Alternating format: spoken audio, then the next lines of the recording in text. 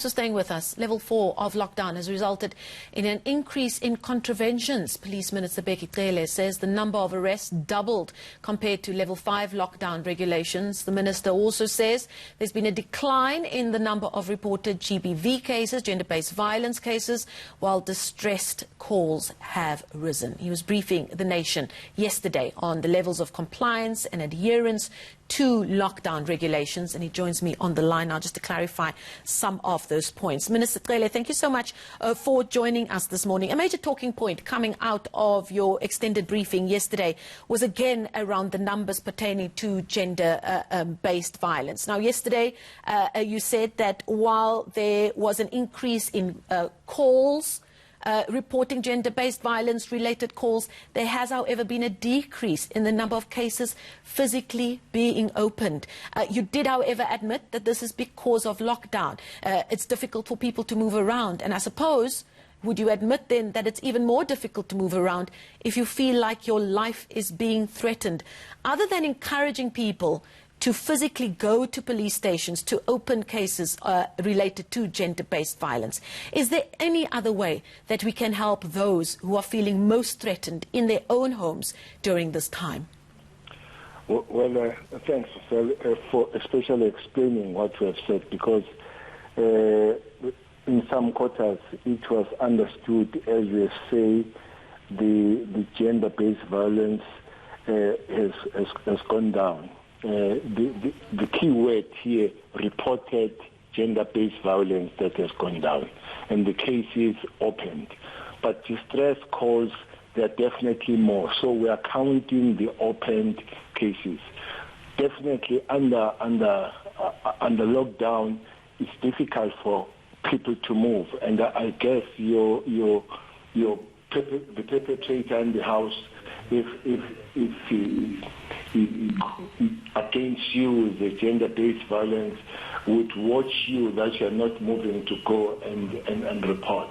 That's why we've given quite several numbers yesterday to be phoned, and then we have really urged the police to respond to these calls, to be able to move to the areas where the calls have come from, to be able to hear and find maybe the abuse against a particular person still commissioned, still happening.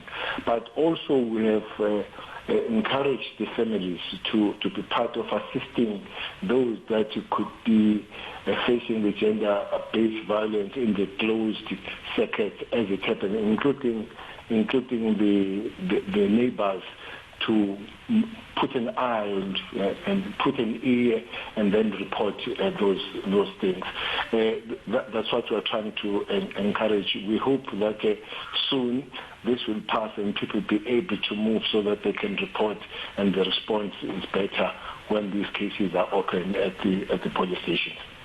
Now, Minister Cele, even before lockdown, the number of boots on the ground in the SAPS has always been an issue, that we just do not have enough law enforcement on the ground to fight crime in South Africa. During lockdown, has it been difficult to split the focus between ensuring that lockdown regulations are being adhered to and still keeping an eye on important crimes, including gender-based violence? That's true, but maybe the COVID-19 policy has also helped in reducing crime. You are asking about the boots on the ground. Remember, those boots on the ground have been increased by the availability of the members of the South African National Defence Force. But more than that, we have called more police, we have called more reservists ourselves, and we have put more officers, longer periods on the street than that would have been normal.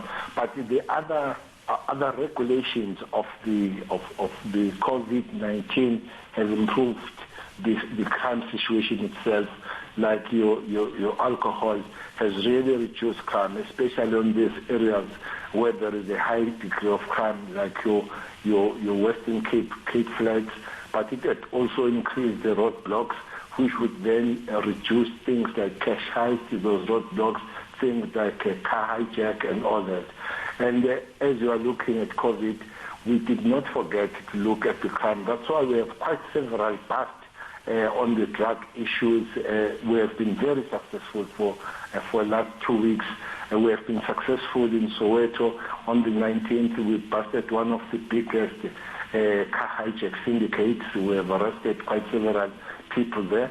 It has been proceeding. But as you are saying, the gender-based violence, for instance, you find that 3,000 cases have happened, but 2,600 of them are people well known to the victims. It's a husband, it's a boyfriend, it's an uncle, it's father, it's grandfather, which makes it really difficult to police the thing except reacting when the thing is reported. It has helped that COVID-19 has been done together with looking after crime, and I think there have been a lot of achievement in dealing with crime and reduction of crime, especially serious violent crime. Now, you mentioned there the sale of alcohol, and of course, as you know, you cannot have a press conference without you being asked about when the lockdown regulations around alcohol and tobacco products will be lifted. You said yesterday, you reminded people that the illicit trade is not an issue that's just come up during lockdown. It's been a problem since before lockdown, but some have said that that's an oversimplification of the issue. Yes, it was a problem before lockdown, but the lockdown regulations has seen illicit trade go through the roof. Your comment on that? Well, definitely the question I've raised and then raised with you now, that it has gone through the roof. I would have loved to see those research that say so at the present moment. But the basic issue that I raised here, it should not be as if especially cigarette illicit trading has been there. I did say that in 2010 I met the industry there, not once, trying to work on the matter of the illicit trade that time. Yes, it might have increased, but I would love to when people they say it's huge, because that's a term used yesterday as I was answering questions, that it's huge. You are also saying that it was gone through the roof. It increased, yes, but the size and how much big the problem, I don't think that anybody at the present moment can give us measurement. When it comes to alcohol itself, it has on a smaller base than the cigarette has been illicit. I've been visiting the border warehouse where we keep the stolen stuff, where we keep illicit stuff and all. You will find that there is a whiskey on the plastic bag. I never seen the whiskey on the plastic bag when you go to Mozambique coming in. But the crux of the matter about alcohol, the alcohol-related violent crimes have been reduced. If you say the increase in the illicit usage of alcohol would also have tell the story that the violent crime still exists, for the fact that has been reduced quite significantly. It means though there is illicit trading of alcohol, would not be as if alcohol is open. We're not saying it's not there, but we are worried about, we feel there is some exaggeration when it comes to size and the measurement of how much it has increased. We have arrested quite several of those illicit movements along the SADC borders around Lesotho, Eswatini, Mozambique, Zim.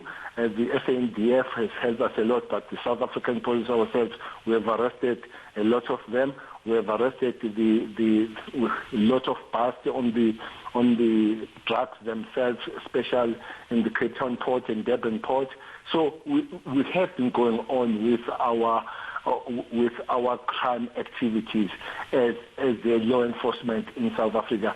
Vis-a-vis, it would happen that there are those illicit tradings, but we are questioning the size, as everybody uses the terms like huge, going through the roof. That's the thing we're questioning. But that it's happening, we're not questioning that. Okay, before I let you go, Minister, just one last point. You confirmed yesterday numbers of police members who've tested positive for COVID-19. Can you talk very quickly to the education programs and processes that the SAPS itself has put in place to ensure the safety of the SAPS and indeed the citizens that they serve? Well, look, when the lockdown started on the 15th, remember, started 15th March, we immediately established the steering committee that is looking on this thing on a daily basis as the South African Police Service, where we have identified our quarantine, where we keep the members, where we'll make sure that we work with the relevant structures, the special health, that our members are tested, are screened and tested, looked after before they go to work, but also put mechanism ourselves in our different police stations, like the temperature thing, the sanitizer, and all that. So we have that daily steering committee. We have an extra problem in Western Cape. We have send the top management from HR to be with the members in Western Cape where there is more problem. You will know that out of 611 that we have, more than 400 of them, they come from Western Cape. So we have put an extra eye in Western Cape.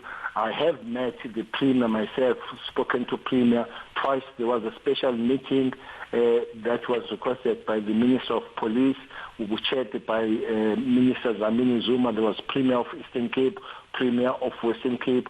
The police matters were put in the center of the matter, and we have agreed that there's been improved working together of health department and the police in those particular provinces where there is an extra. Yes, we are really putting an extra eye and extra effort to work and make sure that the lives of the members of the South African Police Service is taken care of. Okay, we'll leave it there. Police Minister Bheki Cele joining us live on the line there from Pretoria.